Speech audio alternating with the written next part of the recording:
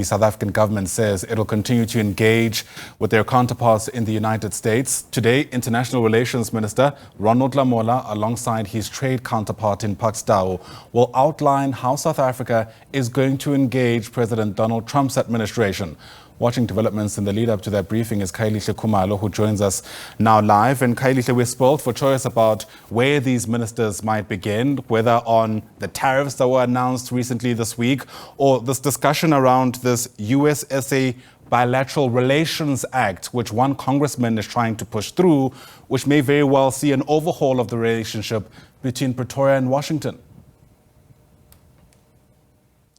Well, absolutely, and so we're expecting the ministers really to touch on a myriad of issues. I mean, obviously, we've seen globally the reactions. I mean, for example, we've seen Beijing reacting, China saying that they will have countermeasures, but also we've seen the United Kingdom, for example, saying they will take a very calm approach in this instance, but also warning about a very far-reaching impact of these tariffs, but also have seen from EU itself saying that these tariffs really will have very dire impact in terms of the consumers, in terms of the global economy. So these particular tariffs really, they've rattled the global markets. But from South Africa, already we've seen from the South African presidency where they expressed their concern, but also warning about the unilaterally imposed tariffs, saying this is a cause for concern, but also Pretoria saying that this is very punitive, especially because if you talk about shared prosperity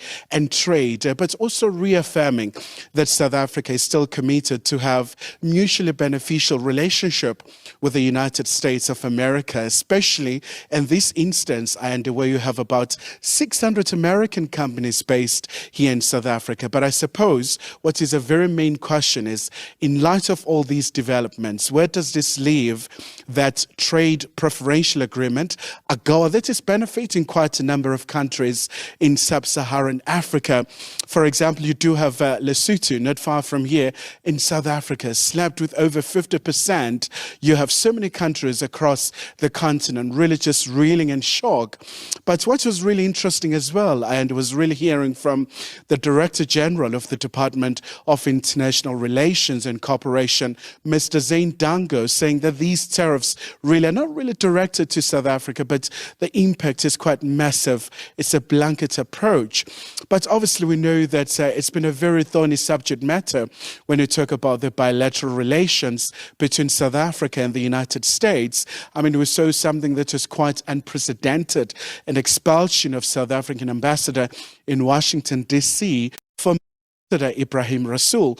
And we know that what has been South Africa's position is that they remain committed in sustaining these bilateral ties, especially given the significance of the United States of America. But also it's a two-way trade.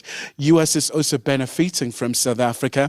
So the ministers really will present what one may really call as a blueprint for South Africa in responding to these very, very far-reaching developments. Yeah, we've also heard yesterday the Agriculture Minister in John Steenhuisen telling parliamentarians that South Africa may very well need to start considering its other options.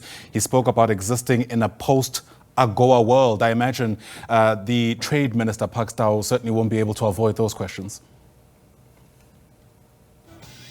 Well, absolutely. And especially when you talk about the African Continental Free Trade Area. So that's a very pan-African instrument that can really boost intra-Africa trade and really just build, that self-sufficiency within the African continent. But for South Africa as well, I mean, recently we saw the Deputy President, Paul Mashatile, going to Japan, engaging with so many companies and many other entities and very key role players and so many captains of industry. I think there's a very clear understanding that it's quite important really to deepen these relations and the trade deals. I mean, for example, we saw the EU leadership right here in South Africa announcing those massive investments in the pharmaceutical industry in so many sectors.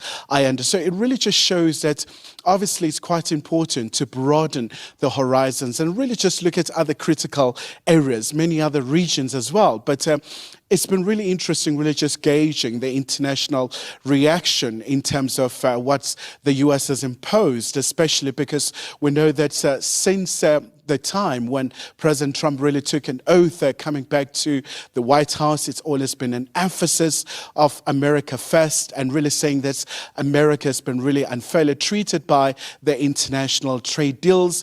But it's also a very big responsibility now for organizations like World Trade Organization. We know that South Africa has always been calling for the reforms of these organizations and many other institutions of global governance. So this is quite a very critical moment.